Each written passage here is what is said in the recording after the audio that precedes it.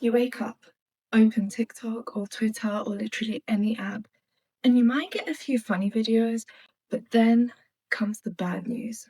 You're taking a break at work, and the images are absolutely heartbreaking. What happened to live, laugh, love? Don't these leaders have any positive New Year's resolutions? World peace, ending world hunger, literally anything other than killing each other. We are bombarded by bad news, death, destruction, deceit. But how do we navigate this flurry of bad news? Do we bury our head in the sand and stay ignorant? After all, they do say ignorance is bliss. Or do we become consumed by our feeds? Last year, the world made me utterly miserable. I mean, how could we not be when we're seeing horrors that only the devil could relish in happening 24/7 on our screens? But this year, I thought I'd sit down and think about how to navigate bad news and the evils of this world. In this video, we will be talking about how to navigate the constant bad news, the effects bad news has on us, and how we can change the world without watching the news. By the end of this video, you won't see the news the same again. Welcome back to Solid Deep Thought. The news cycles move very quickly. The past few days alone have been like whiplash, and more bad news is coming as dumber and dumber politicians take power. Before we talk about how we can navigate the constant bad news, let's talk about why we actually watch the news in the first place. It's the 2010s, and growing up, we had BBM. It was a messaging service initially intended for business people to stay in communication before it was beautifully hijacked by young millennials. It was the perfect place to learn about the goings on of school society. To be connected was to be in the loop, and to be in the loop made us more personable. We all took sides when we heard rumors about arguments between friends. We told each other what to wear, what to watch. We shared funny videos. And as I grew older, I realized something very interesting. We're still like that, and thanks to the World Wide Web and the birth of social media engines, suddenly the whole world became a glorified high school. Except now, it wasn't just Britney fighting with Rhiannon.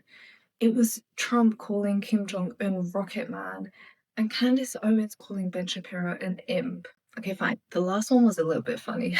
And the catfights of old have become actual nation states slinging devastating bombs at each other and making threats of mass destruction. Now let's talk about the effects bad news has on our body, mind, and soul. Stick around because this next part is very important. Identifying our feelings, putting a name to it, it makes it seem just that little bit less scary and doomy gloomy. So here are some common feelings we may experience when we're watching the news. Let me know in the comments if you felt some of these. Hopelessness and helplessness. The sheer amount of bad news on our feeds makes it near impossible to be optimistic about the future of the world. From global warming to disasters, wars, famines, injustice of just about every kind. And amongst all the crap that we see, we feel we can't even do anything about it.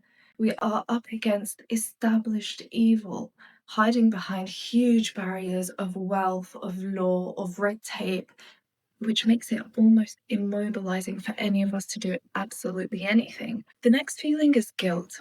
A natural human response to the horrors of the world is guilt. That we can order food at any time whilst in the same world, under the same skies.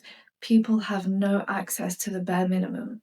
We feel guilt because we can't immediately take away their pain. The last feeling I'll talk about, I promise, is the last one. The inability to enjoy life. And yeah, this may be selfish, but it's hard to enjoy life when we are constantly being handed bad news. Injustice after injustice piles up throughout our doom scrolling, making it hard for us to see any beauty in life. There have been many times where I've been feeling so down and glum, and I've turned to my husband and said that I genuinely don't think there's any good left in this world. And he took me to the beach and we walked along the coast. And it didn't change much of my thinking. Like, I still felt horrible, but I felt less alone being out there in the world with other people. The world was crumbling, yes, But seeing everyone persevere through their own struggles, seeing everyone else out and about, it did make me feel less alone. The point is that bad news makes it extremely hard for us to enjoy life. There are moments where I'm changing my son's nappy, thinking about the mothers out there who don't have the same things that I do, or I'm having food and thinking that there are those who don't. The slight pauses in the day to remember that I am fortunate, but also that could be us at any time. That these turbulent times make me feel like things could change at the whim of a very small group of extremely dumb individuals. So, now for the good part. How do we navigate this downpour of dismay? These tips have honestly changed the way I view the constant media cycle. Now that we've spoken about our feelings and how the bad news affects us, let's talk about some tips. I have 4 tips for you guys, and stay for the last one because that is probably the one that will make the most difference. The first one is set limits on social media and the news. The news or social media as soon as I wake up or when I'm going to sleep, that is just going to leave you extremely stressed at key points of your day. When you're starting your day, start off with positivity, good feelings, good thoughts, and then get on with your day once you're ready. And in the evening, the same thing. You don't want to go to bed thinking about the horrors of the world and things like that. Trust me, you're not going to miss much, okay? And the world won't end in just a day, hopefully. The second tip in terms of setting limits with social media is separating accounts. So have a separate account for your TikTok or YouTube or whatever it is, where you watch current events, and have another account where you are watching entertainment or your hobbies or things like that. That way, the algorithm is not constantly feeding you news cycles because you're not liking and engaging with the news as much on your personal hobbies account, for example, as you are when you're watching it on your news account.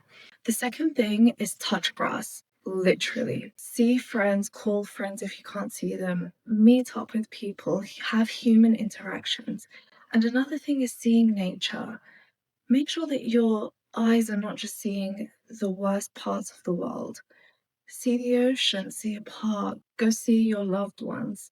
That will help you immensely with your mental health and trying to feel more calm throughout the day and throughout the week. Focus on what you can control and let go of the things that you can't. There will inevitably be things that are horrendous, and your fight or flight will kick in, and a lot of us will want to fight. We need to realize what we can and cannot control.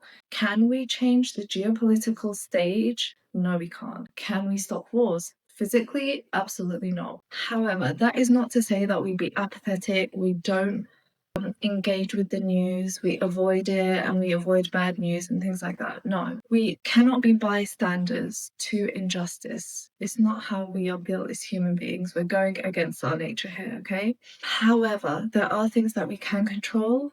The point is, those are the things we can control, and the things we can't control, we unfortunately have to address them and accept them as a part of just being a human being in this establishment systems world that we live in. So that kind of ties into the fourth: help in a way that you can to better the world. Volunteer, donate, boycott, even a smile is charity. Try to help your neighbor, help those closest to you, and you'll feel even a little bit better because you know that you're doing something that helps the world in some way. It is extremely hard to avoid the news, and so my advice is not to completely avoid it, but it is to hopefully take these tools with you and go back out there. And I hope that I've helped in some way. Please leave your comments if you have any more tips on how to handle and navigate bad news, and I will see you guys in the next one. Bye guys.